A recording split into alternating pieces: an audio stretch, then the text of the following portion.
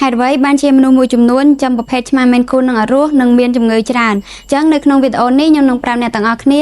ពីមូលហេតុដែលអ្នកទាំងអស់គ្នាកំពុងជួប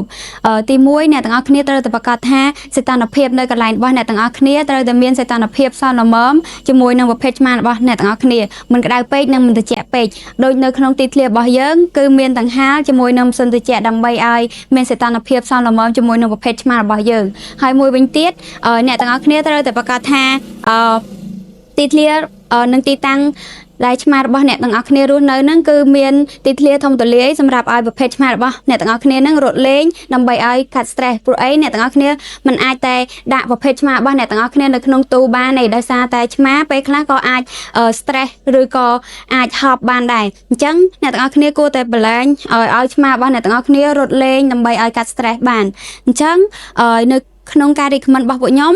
អ្នកទាំងអស់គ្នាគួរតែបលែងឆ្មារបស់អ្នកទាំងអស់គ្នាឲ្យរត់លេងពីមួយថ្ងៃអាច1ម៉ោងទៅ1ម៉ោងកន្លះអីឲ្យវារត់លេង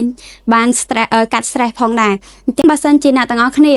ចង់ដឹងពីព័ត៌មានបន្ថែមឬក៏មានចម្ងល់ពីប្រភេទឆ្មារបស់អ្នកទាំងអស់គ្នាអីអាច comment នៅក្នុងវីដេអូនេះក៏ដូចជាឆានមកកាន់ Facebook